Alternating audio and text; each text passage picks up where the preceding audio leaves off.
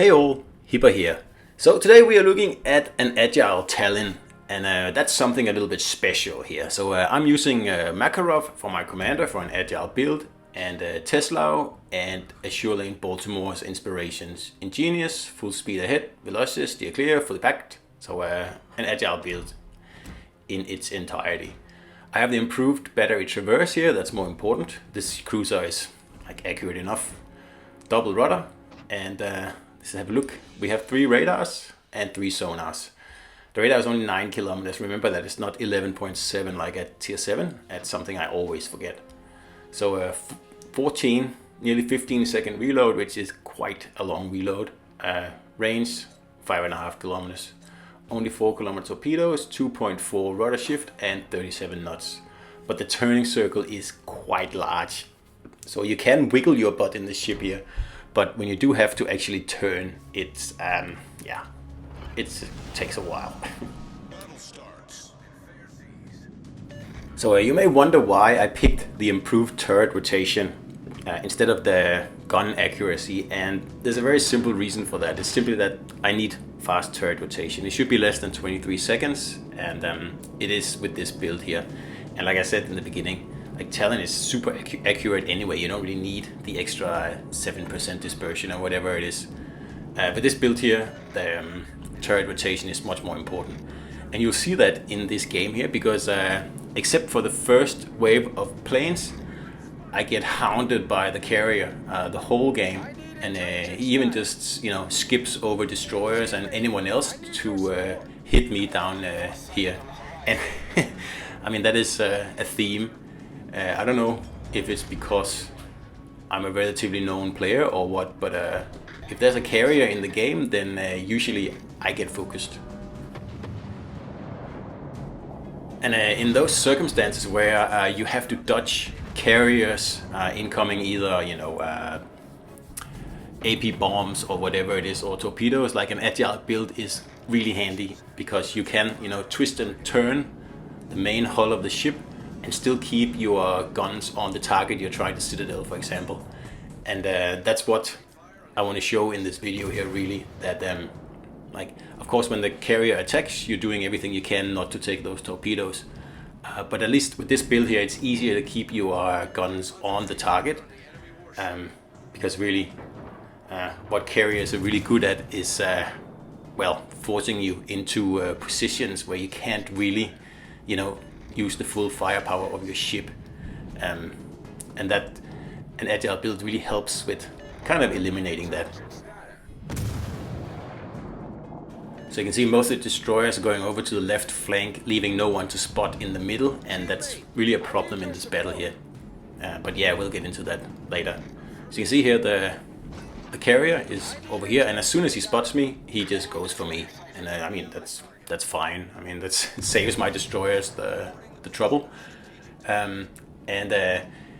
About Talon in general, got a very nice citadel there, but I'm not that impressed. I heard a lot of good stuff about this ship, and that Miyoko there, he's trying to hide, but yeah, we're gonna get a citadel on him as well. It's a very nice start to this game here. But like I said, and there's the first carrier attack there, although there's a destroyer right next to me, basically. Anyway, like I said, Talon has a very nice reputation on PC, and I'm sure it's a good ship on there. I just fail to see really what all the fuss is about. I mean, it's a decent tier 6, there's nothing wrong with it at all. But the torpedoes are super short range. The reload is very long. I mean, it doesn't matter if you put a reload build on this ship, like relative to any other ship at tier 6, it's still a longer reload.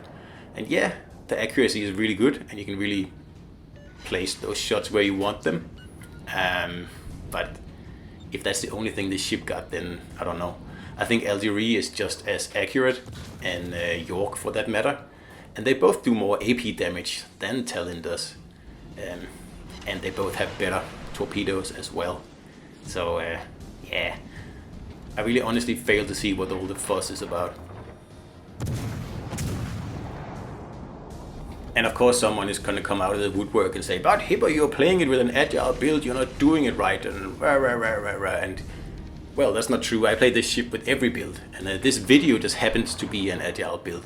But I play it with a ghost build, and I play it with a full AP build, and it doesn't matter what build you put on this ship. I think it's underwhelming, and I think that Surrey is a better ship, and I think York is a better ship, and I think Algerie is a better ship.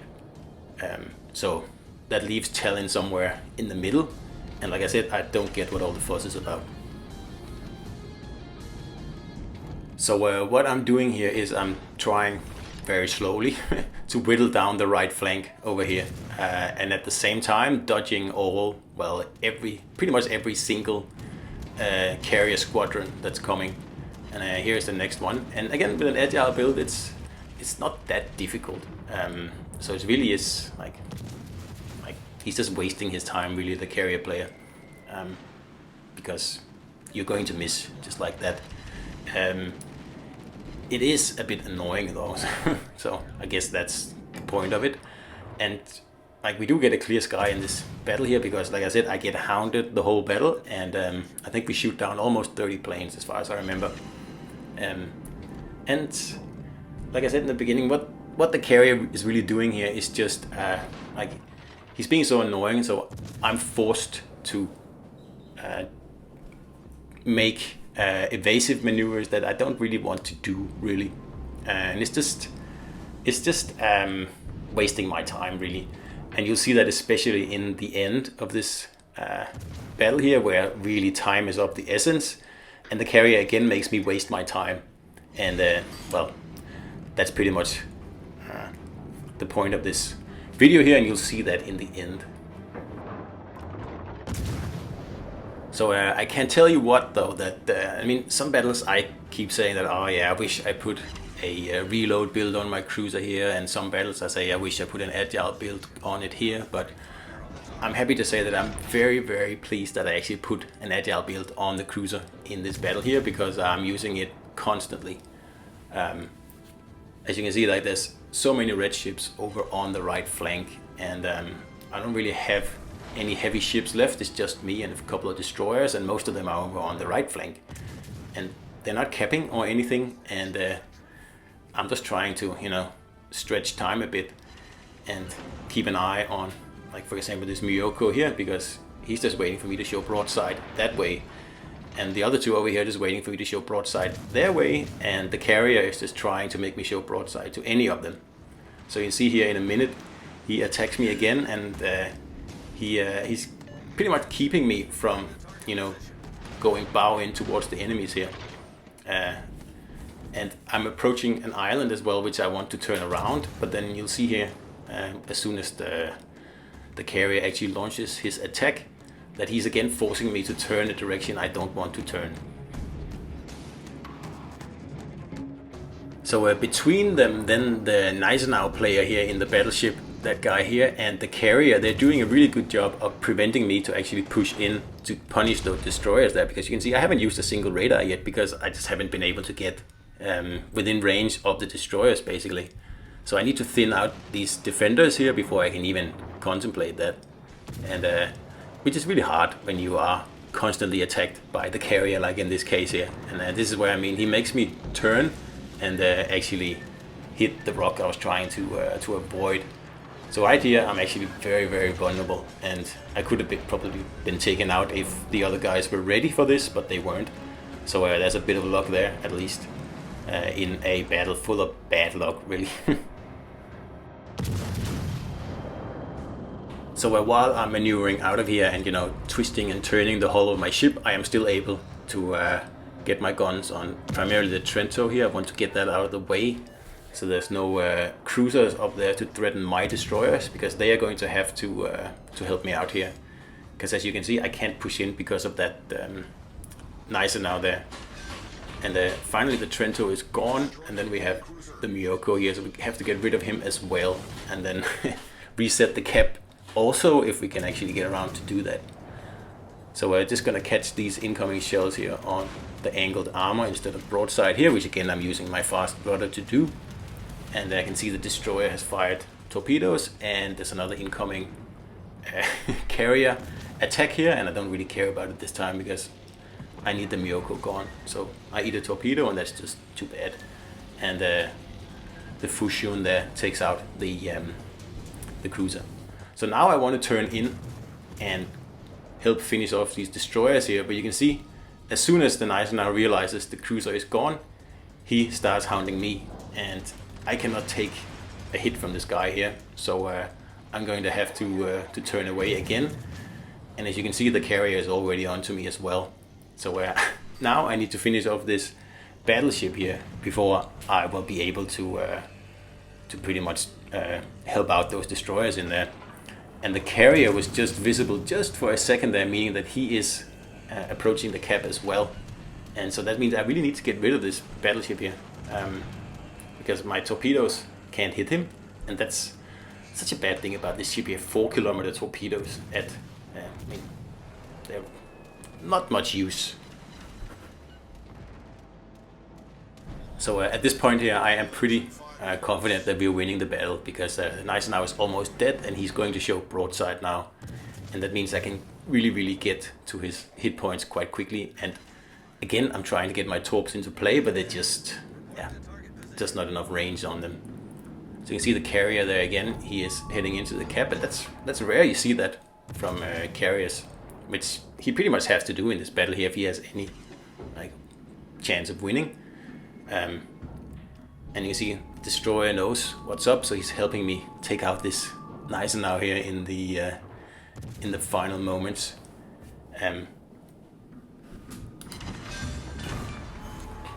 So with the battleship down and just myself and 2 destroyers left, it's looking like a really easy win here in the end. But unfortunately, the carrier gets a flood on the kit here in a second, which is amazing, I guess. And then the Gneisenau's random torpedoes there actually take out the last destroyer as well.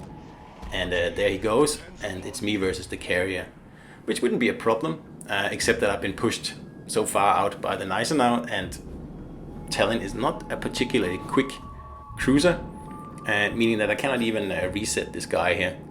And of course that's partly down to the fact that I'm running an agile build, but it doesn't really matter because he's not even spotted. So even if I had the range, I mean, I could blind fire, but it won't really matter much. And of course he keeps hitting me, and there's the clear sky, and we're at 19-20 planes now, and I'm just rushing into the cap now, and I just want to spot this guy and then take him out basically. So this carrier here has been super annoying the whole battle. I mean, like I said, he's just been targeting me the whole time, and now I just need to rush in as quickly as possible because time is running out and the Reds are ahead on points. So this guy doesn't even have to cap. He can just slip away and he wins the battle. But of course, he's going to keep attacking me, and as you'll see here in a second, that means that I have to slow down because I can't take 2 torp hits. I'm only down to 10,000 health. So I'm going to have to take this attack here head on, meaning that I have to slow down, and it's going to take me longer to get into the cap. So I get to the torp before it arms, and I save myself a bit of hit points here because the carrier will be able to launch at least 1 more squadron, and I cannot keep this beating here up for much longer. But what you saw here is like I lost precious time. I had to slow down, I had to turn, and then I had to turn back again and get up to speed again. And really, that's what this carrier guy here is counting on. So finally, I get him spotted here, and I mean, he's at 9 kilometers, so I couldn't even use my radar to spot him earlier. I mean, if I had the 11.7 one, I could, but not in this case here. So I need to finish him off before the time runs out, and I'm using AP at the moment because he is angled, but I don't think he's angled enough to switch to HE. And like I said, I need him out of the game quickly. I don't have time for him to burn down. I need him to citadeled out. And that's why I'm at AP at the moment. But I'm going to switch to HE in a second. when he actually starts angling and starts to run away. And of course, at the same time, I have to keep an eye out for his planes as usual, and just dodge that torpedo there. And I'm still an AP now, but after this salvo, I'm switching to HE because he's going to turn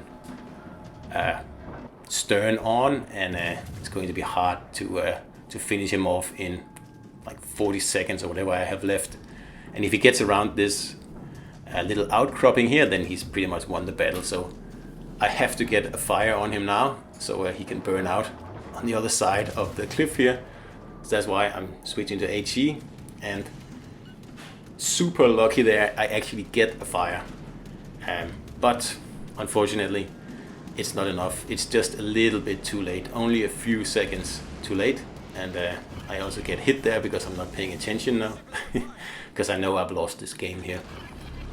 So pop the radar to see if he's burning out, and it's so close. If you look here, he's a few seconds from burning out, but the time runs out and the carrier gets the victory.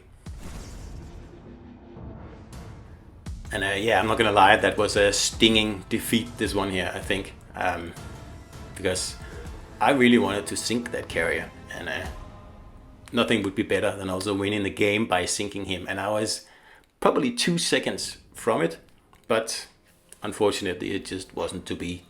But pretty much have the same XP as him though, although he's on the winning team. So yeah, that was an agile Talon for you guys, and I hope you enjoyed it, and I'll see you out there.